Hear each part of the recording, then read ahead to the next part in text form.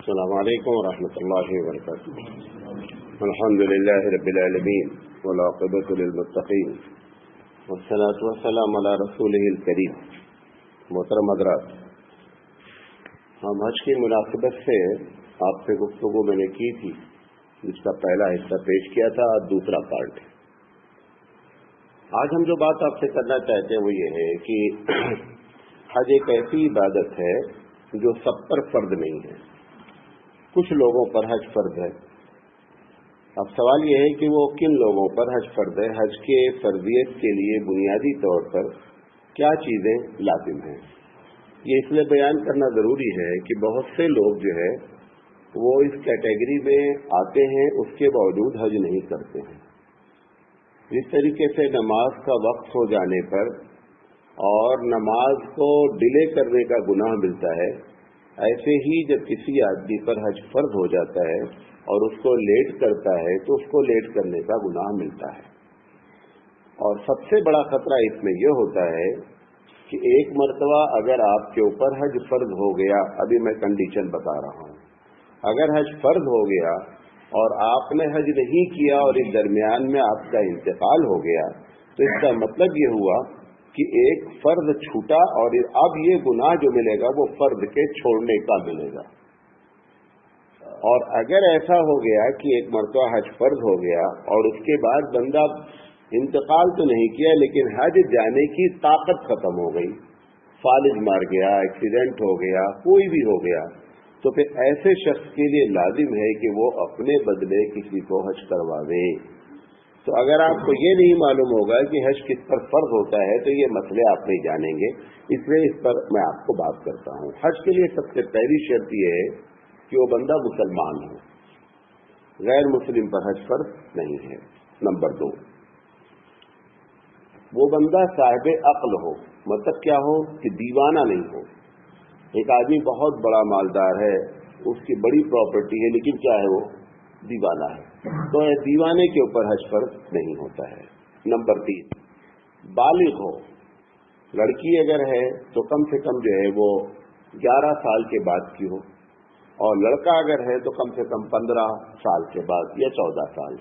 مثال کے طور پر ایک والدین حج کرنے جا رہے تھے اور اپنے چھوٹے بچوں کو ساتھ لے کر کے چلے گئے.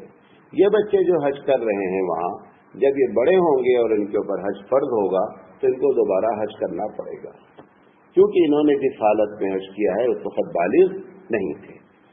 چوتھی شرط یہ ہے کہ بندے کو حج کی طاقت ہو. طاقت سے مراد جو ہے وہ جسمانی طاقت ہو. جسمانی طاقت اتنی ہو کہ وہ طواف کر سکتا ہو، اس کو طواف کرنے کی طاقت ہو، خود سے چل سکتا ہو، اگر نہیں چل سکتا ہو تو کوئی ویل چیئر پہ چلائے تو چل جائے، اور اگر ایسی طاقت بھی نہیں ہے کہ وہ اٹھ بیٹھ نہیں سکتا ہے تو پتہ چلا کہ اب اس کے اوپر حج فرض نہیں ہے، بھلے مالدار ہو کتنا بڑا ہو. وہ یہ کر سکتا ہے کہ اگر مالدار ہے اور ایسی طاقت اس کے اوپر نہیں ہے تو اس کی ذات سے ثابت ہوا، لیکن حج بدل اس کو کیا کرانا پڑے گا؟ کسی دوسرے کو کرانا پڑے گا. راستہ پیسفل ہو. جس راستے سے جا رہا ہے، چاہے پانی کے راستے سے یا ہوائی راستے سے، جنگ وغیرہ نہیں چھڑی ہو کہ جہاز کو مار دیا جا رہا ہو، جہاز لوٹ لیا جا رہا ہو، ایسی کیفیت نہیں ہو، بلکہ راستہ یہاں سے وہاں تک کیا ہو. ویسے خطرہ پیش ہے وہ الگ مسئلہ ہے، لیکن باقاعدہ خطرہ ہو رہا ہے، جنگیں ہو رہی ہیں، تو پتہ چلا کہ اگر کسی کے پاس مال بھی ہوگا تو بھی حج اس کے اوپر فرض نہیں ہوگا. اسی طریقے سے کسی کی قید میں نہیں ہو. مثال کے طور پر آپ ایک جاب پہ رہیے تو مطلب ایک آدمی مالدار ہے، جیل میں ہے، پیسے بہت ہیں اس کے پاس، لیکن کسی کو نہیں آج تک کیس میں کیا ہے، جیل میں ہے، تو ایسی شکل میں اس کے اوپر حج فرض نہیں ہوگا کیونکہ وہاں سے چھوڑ کر جا نہیں سکتا. اس سے ملتی جلتی کیفیت یہ بھی ہو سکتی ہے کہ ایک آدمی ایسی جاب کر رہا ہے، چھٹی نہیں مل رہی ہے، چھٹی نہیں دے رہا ہے، جو چاہے گورنمنٹ ہو یا پرائیویٹ ہو، وہ کہہ رہا ہے نہیں ہم صاحب چھٹی نہیں دے پائیں گے، اور اگر تم کو جانا ہی ہے تو جاب چھوڑ دو چلے جاؤ، تو جاب نہیں چھوڑے گا وہ، اس لیے کہ جاب چھوڑے گا تو دوسرے مسائل کھڑے ہو جائیں گے. لیکن اگر اس کو ایسا آفر ہو کہ اگر جاب چھوڑ دے گا تو دوسری جاب مل رہی ہے جس جاب میں اس کو حج پر جانے کی، تو جاب چھوڑنا پڑے گا. لیکن اگر ایسا نہیں ہے تو پھر گویا کہ یہ قید و بند میں ہے، اس کے اوپر حج فرض نہیں ہوگا۔ اسی طریقے سے عورت اگر ہے تو اس کے لیے لازم ہے کہ اس کے پاس یہ بھی ساری شرائط ہوں جو بتایا اوپر، اس کے ساتھ ساتھ اس کا محرم بھی ہو، وہ محرم ہو جو جس سے وہ شادی نہیں کر سکتی ہے۔ عورت محرم نہیں ہوتی۔ بعض لوگ کہتے ہیں میں اپنے خالہ کے ساتھ جا رہی ہوں، خالہ محرم نہیں ہے۔ محرم اس مرد کو کہتے ہیں جس سے عورت شادی کرنا چاہے تو شادی نہیں کر سکتی، باپ ہے، بھائی ہے۔ تو عورت کے لیے لازم ہے کہ محرم بھی ہو، لیکن یہ اس عورت کے لیے لازم ہے جو عورت، مثال کے طور پر ایک آدمی کا لڑکا مکے میں رہتا ہے یا ایک آدمی کا لڑکا جدے میں رہتا ہے، اب جدے سے جو ہے 65 کلومیٹر کی دوری پر ہے، وہاں پر مستقل رہتی، اب کوئی بھی حج کر ساتھ میں محرم، وہاں محرم کی ضرورت نہیں ہے اس کو۔ محرم اس وقت ضرورت ہے جبکہ مسافت جو ہے وہ کم سے کم جو ہے نا، جتنی دور میں بندہ مسافر بنتا ہے اتنی مسافر ہو۔ اگر وہاں کوئی بھی نہیں ہے، وہ اکیلے حج کرنے جانا چاہتی ہے تو جا سکتی ہے ایسے عورت۔ محرم کے لیے شرط ہے کہ وہ مسافر ہو، مسافر بنتی ہی نہیں ہے وہاں سے، لہذا اس کے لیے لازم نہیں ہے۔ تو یہ اس کے شرط کے ساتھ ساتھ عورت کے لیے ایک شرط اور بھی ہے۔ مثال کے طور پر ایک عورت نے فارم بھرا، نام بھی آ گیا، شوہر کا انتقال ہو گیا، اب وہ عدت میں آ گئی، حج کا جس زمانے میں جانے کا ہے اسی درمیان میں کیا گزار رہی ہے، وہ عدت گزار رہی ہے، تو پتہ چلا اس کے اوپر سے حج کیا ہو گیا، ختم ہو گیا، اگلی سال اب دیکھے گی، لیکن جو حج فرض تھا اگر عدت میں ہے تو پھر ایسی شکل میں حج نہیں جائے گی۔ آخری چیز اس میں قرآن مجید میں جو ذکر کیا ہے کہ من استطاع الیہ سبیلا، کہ جو آدمی اس کے جانے کی طاقت رکھتا ہو، یہ ساری باتیں اس نے بیان کی۔ کتنا پیسہ ہو کہ حج فرض ہوتا ہے، ایک ایک بات سنیں کیونکہ یہی اہم ہے جس کے لیے میں بات آپ سے کرنا چاہتا ہوں۔ مثال کے طور پر ہم 5 کیٹیگری میں لوگوں کو ذکر کر رہے ہیں۔ کسان کے اوپر حج کا فرض ہوتا ہے، عورت کے اوپر حج کا فرض ہوتا ہے، تاجر کے پاس حج کا فرض ہوتا ہے، پراپرٹی والوں کے پاس حج کب ہوتا ہے، اور جاب والوں کے پاس۔ یہ ساری آپ کو ایک ایک بات معلوم ہو کہ کس کے اوپر کب حج فرض ہوگا۔ نمبر 1، کسان۔ ایک آدمی کسان ہے، باہر کا کوئی ذریعہ نہیں ہے، صرف کھیتی پر ڈیپینڈ ہے، کھیت اس کے پاس ہے۔ اب پتہ چلا اس کے پاس جو ہے وہ 10 ایکڑ کھیت ہے، اگر وہ 4 ایکڑ میں بھی کھیتی کرتا ہے تو اتنا غلہ پیدا ہو جاتا ہے کہ اس غلے سے وہ اپنے گھر والوں کا خرچہ پانی چلا لیتا ہے۔ پتہ چلا 4 ایکڑ کے بعد جو اس کے پاس 6 ایکڑ زمین ہے اور 1 ایکڑ اگر وہ بیچ دے تو اس میں آنے جانے کا خرچہ اور پلس جتنے دن وہ گھر سے غائب رہیں ان گھر والوں کا خرچہ کیا جا سکتا ہے، تو لازم ہے کہ کھیت بیچ کر ہی حج کرنے جائے۔ سب سے کم کسان حج کرنے جاتے ہیں، کیوں؟ وہ سمجھتے ہیں میرے پاس پیسہ نہیں ہے۔ ہر آدمی کی پراپرٹی اس کی کیش ہے، کسان کی پراپرٹی کیا ہے؟ اس کا کھیت ہے، لہذا وہ کیش ہے۔ یعنی اتنا کھیت، پھر سے میں اس مسئلے کو بیان کرنا چاہوں، اتنا کھیت اس کے پاس ہے کہ اگر وہ بیچ دے گا تو گھر میں جو غلہ جتنا پیدا ہوتا ہے اس کا فرق نہیں پڑے گا۔ وہ جو غلہ پیدا کرتا ہے 6 ایکڑ میں، وہ پیدا کر کے بیچتا ہے، لیکن یہ 4 ایکڑ اس کو چاہیے کھانے کے لیے، تو یہ 4 ایکڑ اگر ہے تو وہ نہیں بیچے گا۔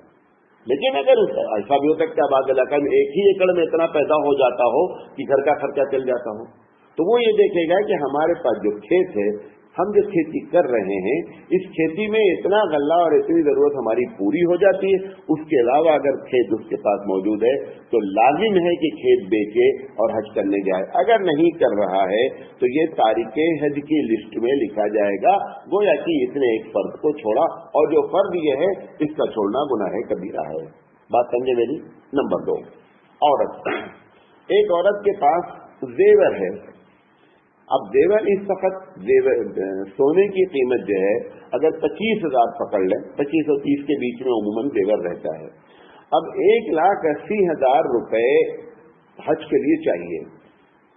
اچھا، اس کے اوپر گھر کے کوئی لوگ ڈپینڈ بھی نہیں ہے کہ یہ گھر کا خرچہ چلا رہی ہے۔ اب اس کے پاس اتنا زیور ہے کہ اگر یہ بیچ کر کے حج کا خرچہ چلائے، زیور رکھے ہوئے، لازم ہے کہ زیور بیچے اور جائے حج کرے۔ دوسری کنڈیشن بھی پائی جانی چاہیے، مثال کے طور پر بھائی جا رہا ہے، بھائی محرم ہے، وہ کہہ رہا ہے کہ تم کو چلنا ہو تو چلو. اب ایسی شکل میں اس کے پاس اتنا زیور ہے کہ یہ بیچ کر کے اگر جانا چاہے جا سکتی ہے. تو اب محرم کی قید بھی ختم ہو گئی کیونکہ محرم خود جا رہا ہے, اس کا خرچہ بھی اس کو نہیں برداشت کرنا ہے. اور اگر اتنا زیور ہے کہ 2 کا خرچہ وہ برداشت کر سکتی ہے, مطلب 1,80,000 اپنا بھی اور 1,80,000 کس کا, بیٹے سے کہہ رہی چلو تم حج کرنے ہمارے ساتھ, اور بیٹے کا خرچہ بھی اس کے. اگر اتنا زیور ہے کہ 2 کا خرچہ برداشت کر سکے تو 2 کا خرچہ بھی برداشت کر کے زیور بیچ کر اس کو جانا پڑے گا. اس کے اوپر حج فرض ہے. یہ سب عورتوں کے وہ مسائل ہیں جو عورتوں کو نہ بتائے جاتے ہیں اور عورتیں اس بات کو جانتی بھی نہیں ہیں. عورت کے اوپر حج فرض ہو جاتا ہے اگر محرم مل گیا, یا مثال کے طور پر شوہر کہہ رہا ہے بھائی میرے پاس اتنا ہی پیسہ ہے کہ میں خود حج کر سکوں. شوہر پر لازم نہیں بیوی کو حج کرائے, بیٹے پر لازم نہیں کہ ماں کو حج کرائے, بیٹے پر لازم نہیں کہ باپ کو حج کرائے, باپ پر لازم نہیں کہ بیٹے کو حج کرائے. سب کا الگ الگ فرض ہے. اب اگر شوہر کہہ رہا ہے کہ نہیں دیکھو میرے پاس اتنا پیسہ ہے کہ میں اپنے لیے جا سکتا ہوں, تم کو اگر چلنا ہے تو اپنا زیور بیچ کر تم چلنا چاہو تو چلو. اب اگر اتنا زیور ہے کہ اس کا کرایہ آنے جانے کا اور وہاں رہنے کا برداشت کر سکتی, نہیں بیچ رہی ہے, یہ گنہگار ہر حال میں ہے. اور اگر اسی حالت میں یہ مر گئی تو اس کا مطلب یہ ہے کہ یہ تاریخ حج لکھی جائے گی. نمبر 3, تاجر. جتنی بھی آپ تجارت کر رہے ہیں, جو بھی تجارت آپ کی ہے, اگر آپ کے پاس اتنا پیسہ کیش میں موجود ہے کہ جس پیسے سے آپ, کیونکہ تاجر جو ہوگا مرد ہوگا مثال کے طور پر, تو اس کو 2 خرچہ چاہیے. ایک تو آنے جانے کا خرچہ چاہیے اور پلس اتنا خرچہ چاہیے کہ 40 دن تک جو اس کے گھر کے لوگ ہیں وہ کہاں کھائیں گے. اگر اتنا اس کے پاس پراپرٹی جمع ہے, اتنا اس کے پاس کیش جمع ہے, تو ایسی شکل میں یہ حج کرنا اس کے اوپر لازم ہے. مثال کے طور پر 1,80,000 روپے اس کے پاس بینک میں رکھے ہیں اور پلس 25,000 روپے گھر کا خرچہ ہے وہ دے کے جا سکتا ہے, تو 2,05,000 روپے اگر اس کے پاس موجود ہیں تو ایسی شکل میں اس کو حج کرنے جانا ہی جانا ہے. اگر یہ ڈیلے کر رہا ہے تو ڈیلے کا گناہ ملے گا, اور اگر نہیں کیا تو تاریخ حج لکھا جائے گا. یہ تاجر کے لیے ہے. پراپرٹی والے, ایک آدمی کے پاس کیش کچھ نہیں ہے, جیسے کسان ہے, کیش نہیں, کھیت موجود ہے, پلاٹ ہمارے پاس موجود ہیں, ہم پلاٹ اتنا ہمارے پاس موجود ہے کہ ہم اس سے کچھ بھی کھانے نہیں ہوتا, ہم نے انویسٹمنٹ کر رکھا ہے.